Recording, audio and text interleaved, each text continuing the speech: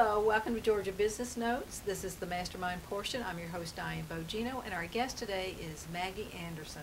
Maggie is president of Words That Work. She is an expert in communication strategies. Maggie, thank you for being with us today. Hey, hi Diane, thanks.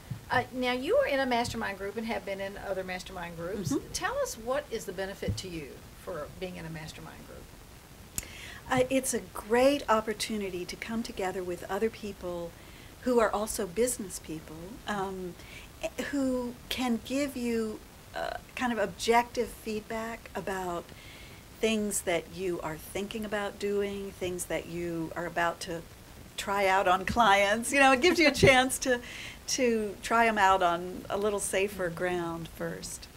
Are there any drawbacks that you see being in a mastermind group?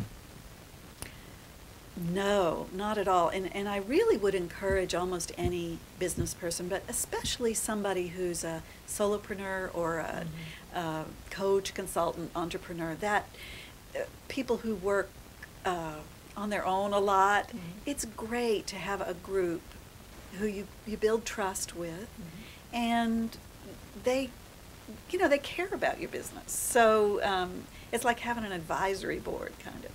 Right. What do you think is the ideal number of people to be in a group for you? That's a good question. I've always, in both groups, I've started out with a larger, thinking it would be larger, and that would be better. But it ends up that I think around 6 seems to be a good, comfortable number. It gives you time for everybody to speak about both groups that I've gotten together with. We met once a month.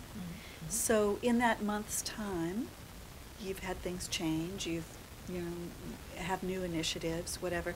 So it gives each person a chance to talk about those and get feedback in a not too lengthy meeting.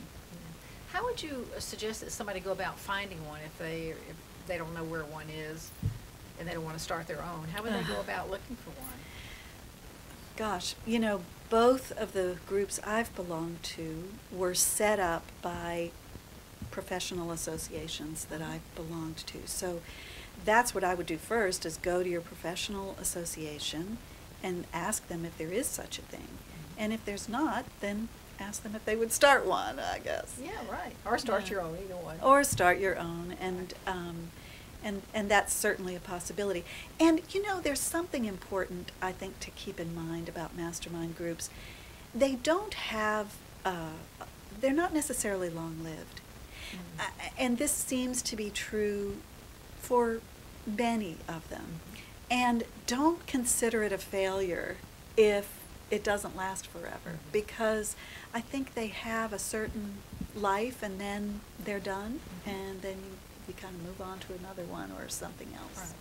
Yeah, that's true. Sometimes the mastermind has served its purpose for you, and so it's all right to get out of it and move on to another one. Exactly. Or if the entire group decides to break up, that could happen as well. But it doesn't mean that it's ineffective. Right. And there's no hard feelings.